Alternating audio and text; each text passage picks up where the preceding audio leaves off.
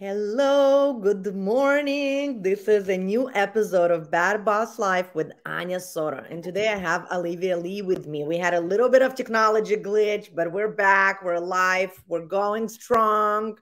Welcome to the show. I'm so excited to talk with you about recruitment when it comes to culture. Yeah. I am also excited. Thank you so much for having me. I feel like you reached out a little while ago and we're like, okay, this is so far away. I've got months, I've got weeks, and then all of a sudden it's I know. here. And I woke up this morning like excited, energized. I love to share knowledge. I love to talk with other people. And so this is my jam. I'm so excited.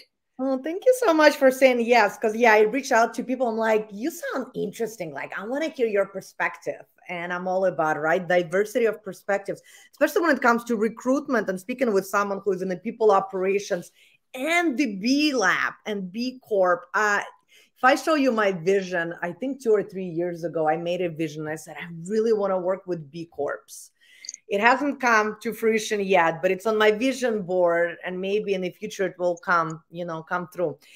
But I really wanted to start with, have you ever had a bad boss? I have had some bad bosses, and I think I knew this was going to be a question. We don't But get it's them in what advance. made them bad? Without calling the names, what would make someone like that was not a good boss? I A lot of things I think make people bad bosses, but stuff that doesn't really work well for me is not giving me an opportunity to grow. I've had bosses who have a boss who took all the like cool, interesting projects for themselves. And so then you're like, I want to try this interesting thing. This is something that is going to get me noticed. Yes. I'm probably really great at that. Oh, that really like irks me because there's so much learning going on. Yeah. Everyone can share a piece of that pie. So I'm a natural networker. I love to talk to people. I love to see them grow.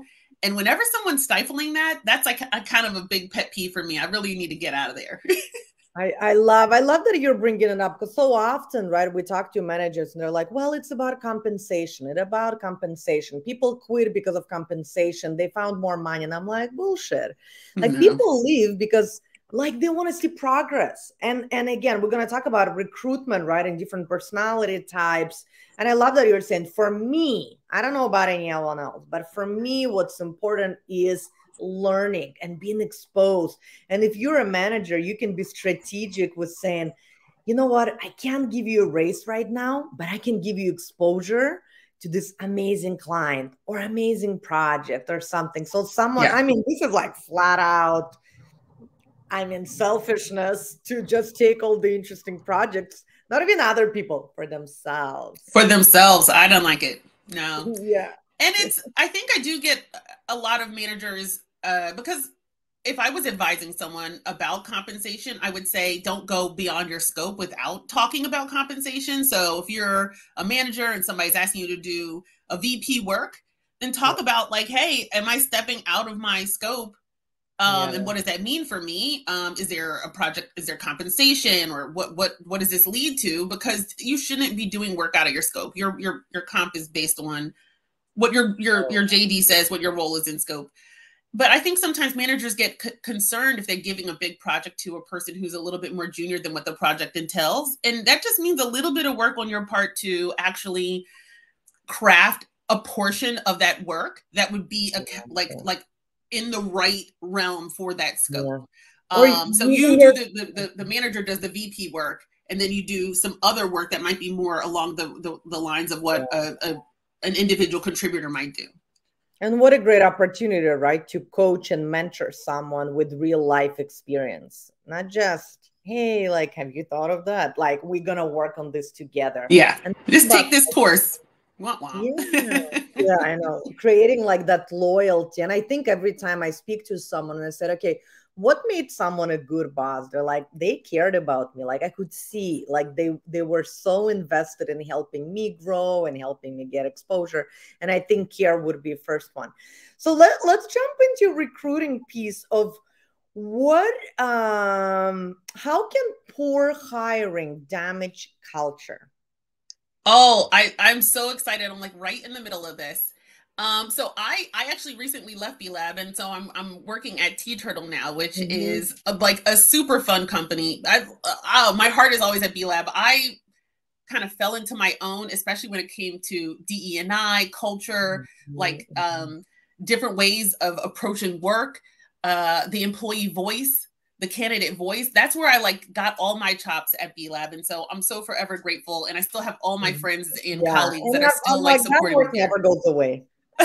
Never. And Never. it definitely changed my life. And so I'm bringing a little bit of that over to Tea Turtle.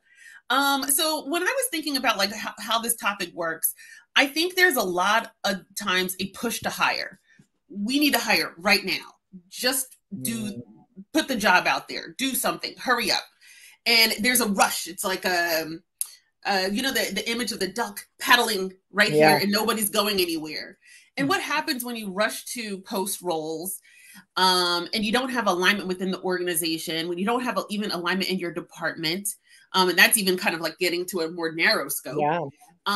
alignment again, like with managers or other colleagues that would work with that person. Each person brings their own individual idea of what that role is going to do, and it sets the candidate up for a very, very poor experience. Yeah. And so when they come into the organization, they are looking around and saying, this isn't what I expected. And I think that's the first reason why new employees have their one foot out the door. And so I think it's critical to balance the need for speed and the need for alignment in order to make sure the post makes sense, it's clear, we're attracting the right kind of talent, and that we know what this role is going Yeah. to be expected to do when they come into the Yeah. organization. Yeah, and it sounds like also there's a little bit of strategy behind if we're looking at the DNI lens, whose voice is missing on our team, what Yes. skills are missing on our team, who would add something new and different versus like everybody needs to have an MBA. We already have 6 people with an MBA. Do we need a seventh? Like, come on. Like, so that's what I'm hearing you too say, like, how can we be more mindful and strategic and even discuss it with our team, right? And I feel like so many leaders, they get into manager role and they feel like it's all on me. I need to make the decision. They're Yeah. reaching out to the team and being like, hey guys, I know we need a new person. Who do you think we should hire? And just Yeah. a little bit of time. It depends on the size of the organization. So if you're a smaller organization, I'd say under 200 people, most of the times you have a lot of unique roles in those kind of smaller organizations, where if you're like 500 and Yeah. more, then you're going to have a lot of like more, similar roles. And so when you have a lot of unique roles, that's actually a time for innovation on the team, so that you can look around and say, all right, Paul was doing this work and it was like a hybrid role. Maybe this is the time that we pull out some of the work, make Paul centered in this, give this to Mhm. Jody. Cam could do this, and this is how. And now this is a real job that we can really actively recruit, because we've grown up and created these Yeah. interesting, unique kind of like, I call them like purple elephants with polka dot, like umbrellas or whatever, like something that you just never see walking down the street, which is always hard to fill because it's Yeah. based on a person's unique characteristics and their Yeah. skills Yeah. and what the organization needed right now to be agile and kind of like work on whatever's thrown at your way when you're a new business. So this is a great time for innovation and shift. And what I think needs to be, I don't know, like solidified in order to make these kinds of decisions is support from leadership to stop unnecessary work or Mm. reprioritize work in order for teams to take the time to make a decision. Yeah. You can't do it both. You're like, do all the work and do this other thing. It's like we And can we're do gonna lay off half of the people. So guess what? You get to do all of that with less people and less money. How exciting! it Everyone's like, happens so much, so many times. I um, mean, anybody who's listening is just shaking their head, rolling their eyes. It's the story. And when you're more successful and when you get that kind of like team camaraderie, a person who's there to stick with it for you, that's when you actually make the space for them to make these better decisions. And when you see employees come in and say, you know what, I know what I'm supposed to be doing and everyone is aligned, their onboarding is faster. Yeah. They're more sticky in the organization. They're more creative and activated for work. And then they immediately start telling their friends and colleagues, because a job search is a pain in the you know what, like it's the worst. Yeah. So then it's like more employer branding that goes along. It's just win-win-win. It's so win-win all over the place. I love it. And all it takes is like slowing down. I also like agree with you with the perspective that it's like, hey, if you feel like we need to hire, what a perfect time for reorg. And I always look at a culture. It's like, yes, there's like organizational culture, but every team has its own subculture. Right. And every manager drives that subculture.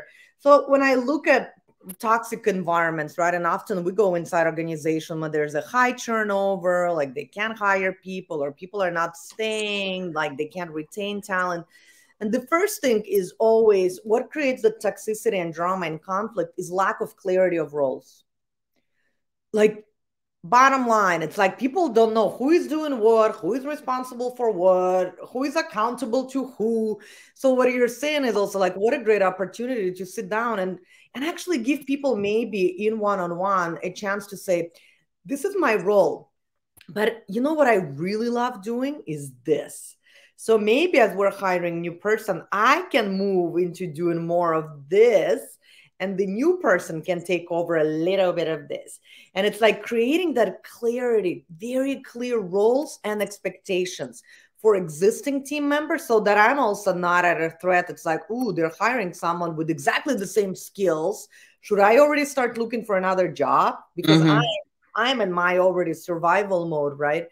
And just, we talk so much about explicit team agreements. Like you say, get your team aligned and be like, okay, like what would that look like? What would it bring? How would it change the team dynamic? Because also there's a team dynamic, right? That I feel like every time you add a person or deduct a person, the whole team dynamic changes. So there's that. I'm a firm believer in that. I am a mother. And so if you are blessed or have been able to go down and have that journey of having children or even fur babies, any kind of like other that you need to take care of and start thinking about their well-being, every person that you add, every being that you add shifts the dynamic of the team. Just to think if you had a new puppy, you have to get up early. You have to walk them more often. There's some training to do. And so if that puppy you're fostering them and you move them on to their forever family, now you have to reshift and go back to another kind of normal for your family. So every addition and subtraction makes you readjust how you've been living and working. So I love the concepts that you're bringing up here, because I think smallest teams, small team units, larger team units, we need some kind of like baseline for when is that shift happening for us. Huge teams, maybe one or two people coming in and out isn't a big deal, but the smaller teams and the shift that you work on is going to be something, right? So it just kind of depends. And it's important. I always say company size also, because smaller companies are more normally like they work together a little bit more closely, especially with those. Everyone's a generalist. And so a new person really kind of like rocks the whole shifting, whereas a larger company, it's not as big of a momentum shift. And so if I would say any people leaders, any managers who are listening to this, just pay attention to kind of where that line is for what shifts look like, and make a normal stopping point in your team culture to acknowledge that. And name it. Yeah. And that's so good. It's like, it's so funny how we get so annoyed when new person gets hired and we need to invest time. But it's like the perspective of like, you just brought home a dog or a child or you got married. Like, wouldn't you expect that there will be some adjustments? It's like so funny, right? That at work, we're like, well, the new person joined, we expect it to like, keep going as is. It's like, oh yes, we said like, hey, maybe we need to adjust our expectations because it will take time to onboard this person.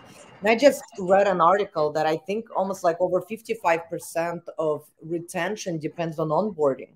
Because if someone didn't enjoy onboarding, they're already, like you said, they're one foot out. They're like, oh yes. And even now, I think we're in a very interesting mix of social media affecting human resources and people practices. And we're having millennials starting to become bigger bosses in the workforce. Like the average. Obviously, there's some people who like got there when they were 19, but like the average of people are entering into their late 30s and becoming CEOs, presidents, VPs. Like they're in that career stage. The majority of them are shifting into that. And we still have more senior and older workers in the workforce. And so they're coming from a different mindset, and they're bosses or they're coming re-entering into the workforce. So we have that whole mix. And it's a little unusual right now because COVID really messed people up with their money. They messed us up with it's just, we don't have any blueprint for where we are in this world. no. And so you see a type of worker that is really interested in coming in, doing their job. They're hierarchical, but then you also have that culture of workforce that is looking at TikTok videos about their bosses, looking at what toxic looks like, taking in really bad information personally sometimes, and just coming into work like, oh, well, I saw this and this is you owe me kind of situation. Oh, they're also more informed, though. Let me just be perfectly honest. Way more informed. And so they are not interested in working there until 7, 8 o'clock at night. They're over 40 hours a week. They want good benefits. They want great work-life balance. They want to know that you care about them because there is another employer out there that's actually doing that. Speaking of B Corps, not to make a plug there, but a lot of other small businesses and other businesses who are like really, really into caring for their employee and making them a partner as they grow in the organization. So we have that really interesting mix. And people leaders and recruiters need to be kind of mindful of what kind of person is attracted to your company. Yeah. So last week, I was speaking at a conference in Arizona for executives of medical associations. It's American Society of Medical Association Executives. And we talked a lot about like, they're like, well, I haven't changed. I'm the same. Like, why am I losing people? Why are people complaining to HR? I haven't changed. We're like, the world around you changed. What was okay 20 years ago, 10 years ago, or 5 years ago is now people are like, no. I talk often about privilege. I do think we have more privilege. I look at myself, I don't know, 15, 20 years ago, I was like, suck it up. You need a paycheck. And a lot of people still live in that space that it's like they suck it up because they can't afford to lose their job, right? But those who are like, you know what?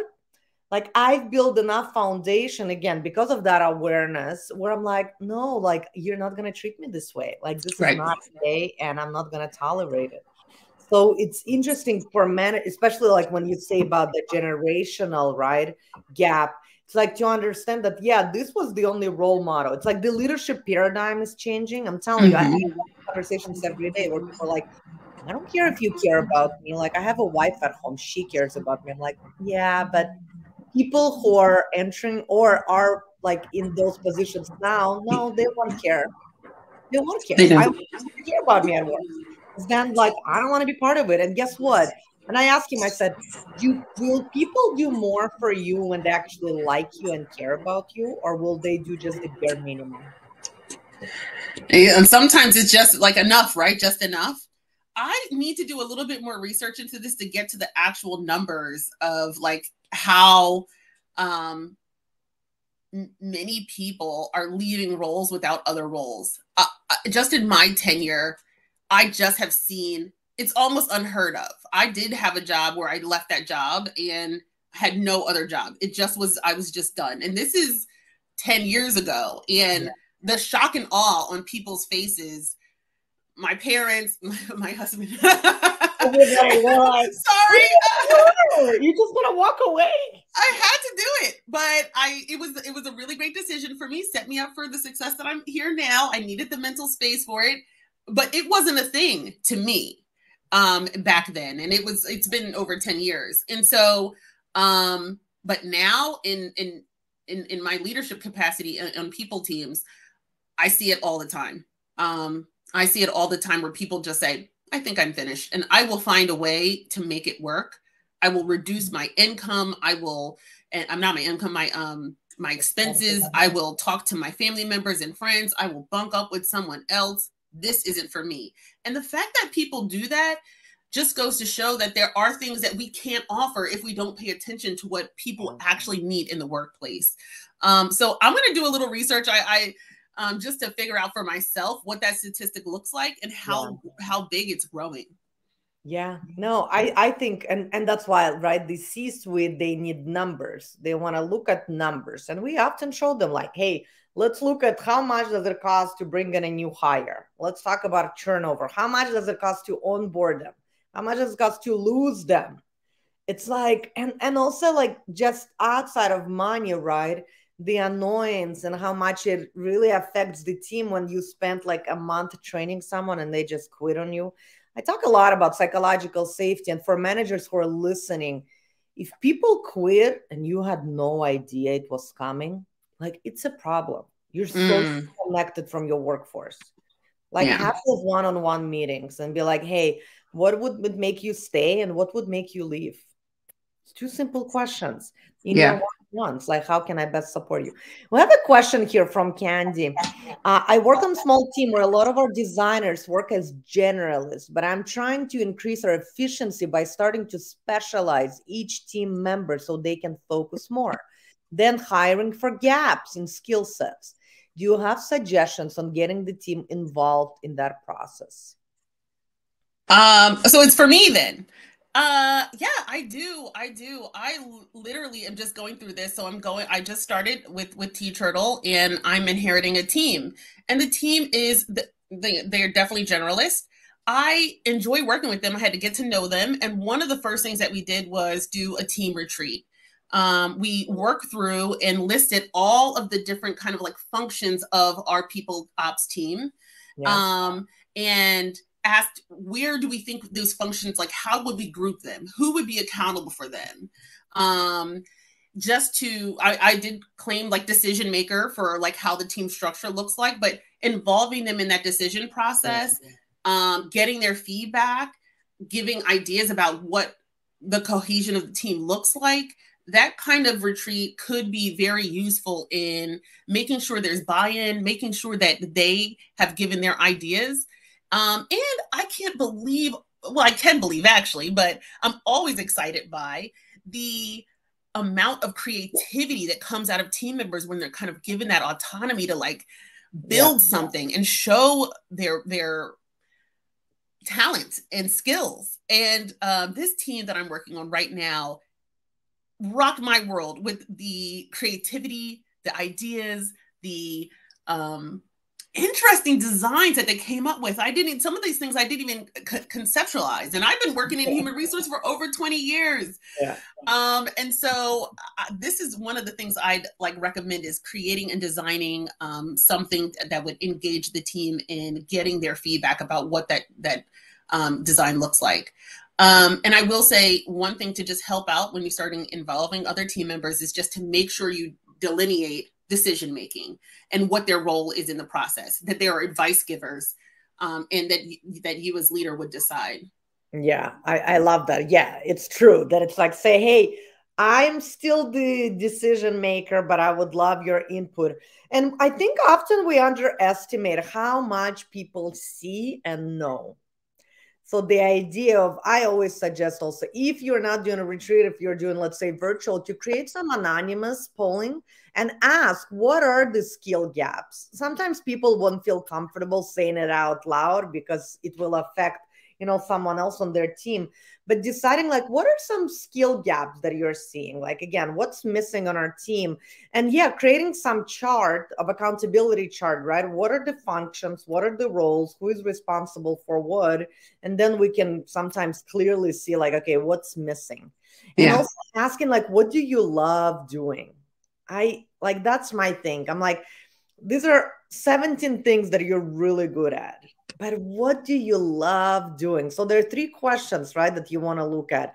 Do you have the capacity and the skills? Do you have the desire to do it, right? Are you in the right seat, in the right role? So, and that's why we always ask, and it's like, because people want to, but don't have the capacity, have the capacity and skills, don't want to. So we're always trying to manage, right? Do you know how to do it? Do you have the skills and do you have the desire? And if the 3 are a yes, then it's a clear choice.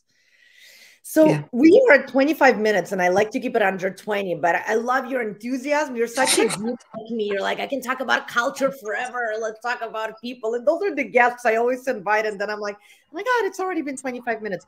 Last question I really want to ask, with the complexity of the hybrid work environment and how many people, right, are managing now remote teams, hiring remote teams, never met people, never worked together, hiring people that have also never worked in the office or in a remote teams. Any advice? And I don't know if you specialize in hybrid or not, but when it comes to hiring remote talent, often internationally, like a couple of tips for managers who are like, I have no idea how to create their team fit or skills. That's a great question. I have a couple different tips, and I want to start kind of like at the top. When you have any type of organization, whether it's coming to the office, hybrid, or fully remote, it starts with the culture and design and practices of leadership, because people emulate and model what they see. And so I would say it's really, really difficult to try to shift a culture that is not modeled at the top. You have to do what you have to do as a manager. And so if we're hitting that kind of like manager level, it's meeting your employees where they are. We were talking about hiring. It's being upfront with the candidates about the struggles that you're having. I like to have more of a conversation with the candidates in the beginning, just to talk about what's our current culture. How are we going to shift that culture? What roles and responsibilities do they have into, well, it's a common phrase of like role 0, what everyone agrees to do in the department. I like to even place that on my job ad. Everyone in the organization, I mean, in our department here's what's important for other people. We share this work. We take notes. Like, this is what our team looks like. And so that upfront and transparent element will help people feel like they can make a decision about coming into the organization. And so that has everything to do with where the organization is and where your team is. And when I said meet people where they are, I'm so sorry I'm going so long, but one of the things I do as soon as the person gets into the organization, a couple, like 3 months in, is say, like, how's it going with your role? What is surprising? What did you say? What the hey? Or I love this. This is really going well. What do you feel confident about your role? And where are you like asking questions and you're least confident? And the other thing we ask is like, how do you like to communicate and give and receive feedback? How do you like to get praise? Asking those questions, and some people call it a user guide to me, or like a .me file or something like that. That is how you meet a person exactly where they are. And that's where kind of, I think that's the manager level that could kind of like supersede anything that's happening in the entire organization or culture. Yeah, train me how to manage you. Like, it's so simple. We make so many assumptions. And by the way, I totally have like a 5-pager how to best work with me for my team. I'm like, here's what I want. Here's how I run meetings. Here's how, and then there's no like, everyone is clear. And also when you're transparent, it allows people, like, I mean, we're adults, right? To actually make a choice to opt in or opt out. And Right. there's some people who are like, oh my God, you're so aware of your culture and how we do things around here. I want to be part of that. And others would be like, oh, they're all about people and culture. No, that's not for Too me. much for me. Yeah. Amazing. It's like opt out, you know. But the transparency of, it's like, I always think of a dating profile, right? The more honest you can be, the more people can say, yes, this is for me. No, this is not for me. Yeah. Great. It's like we're saving so much time by being transparent. And what I also hear you say, maybe someone who is walking away today, Candy, thank you for your question. I think it was a great question. That a Get clear on your culture. This is something we talk a lot about. So many companies have their values on the wall or values in their employee book that nobody even looks at. Actually operationalize your values into specific behaviors. And that's what you were talking about. Here's how we do things around here. That's your culture. It's those interpersonal relationships. Here's what we value. Here's what's important to us. Maybe it's like, authenticity, integrity, but also what does that look like? How do I know you're being excellent? I don't know. Am I being excellent? I think I'm being excellent, but maybe I'm not excellent enough for you. So it's like really get clear. And then, yeah, involve your team and take some time. I know everyone is in the rush. We're putting down fires. Like you said in the beginning, we're like, okay, we need to hire, put an ad out. And it's like by saving, like take a couple of days, I don't know, a week to really get clear. It will save you so much time and disengagement and annoyance of your team members. When you bring someone who is the wrong talent, it's just such a waste of everyone's time, energy, and money. Yeah, all that hurry up and rush, and then all of a sudden, 2 months later, 6 months later, it's not a sticky hire, and you just think to yourself, "I struggled that whole 6 months, that Well, whole that's the time." best case scenario. The worst case scenario, that was such a bad hire that we lost another two good team members. Oh yes, Because they brought in so much toxicity and behavior, and the manager didn't know how to discipline them or recognize it quickly. So it's like, worst case scenario, you'll just lose them. I mean, best case scenario. Worst case scenario, you're also gonna, like, they're gonna really damage the culture. Oh, see how we made a full circle? It's like the hire that damages the culture. There you go, people. Slow down to speed up. Like, slow down with the hires. Thank you so much. It was such a blast. I will share with you the link. It's going to be on our website. I'm always looking, I truly believe that a lot of managers become bad bosses because they're inexperienced and they were not set up for success, and they're not trained. And that's why big part of Culture Crafters, what we offer is like, outsource your manager training to us. Like, you have to invest in training leaders. Being a matter expert or being a high performer and managing a team are two different skills. Would you agree, as a leader? Like, completely different skills. they're not the same, and most of the times, people aren't trained or great in one or the other. So I think people sometimes recognize excellence in an individual contributor, and it doesn't equate to a person who's very great at coaching and mentoring and You can be maintaining. a phenomenal recruiter, but you like working by yourself. And now you have 7 people. And you're like, hey, can you make these people amazing? Can you make them like you?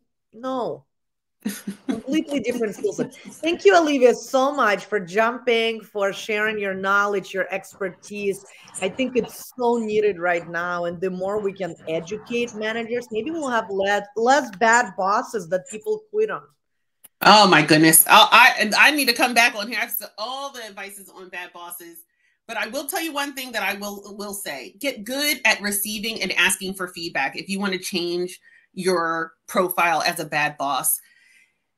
If you make that kind of like your mantra, that I am here for feedback, I am here to actively listen to you, a lot of the things, especially if you're not intentionally a horrible boss, can actually uplift you out of that bad boss moniker. Totally. Like, yeah, like, and ask people, how can I best manage you? Like, teach me how to be a great boss for you. I tell my kids all the time, right? Because they're now 15. I said, I've never had a 15-year-old.